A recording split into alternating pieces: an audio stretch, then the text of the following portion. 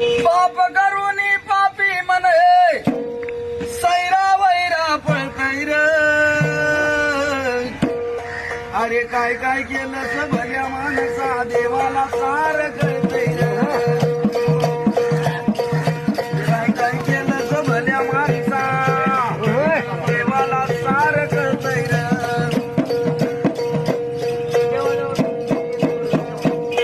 तुझी सावली तुझा पासून कधी दूर होतच नाही. तू केलेले कर्म सोडून जात नाही. अरे शांती तुला ते झोपू देईना दिंड तुझला छळतय र.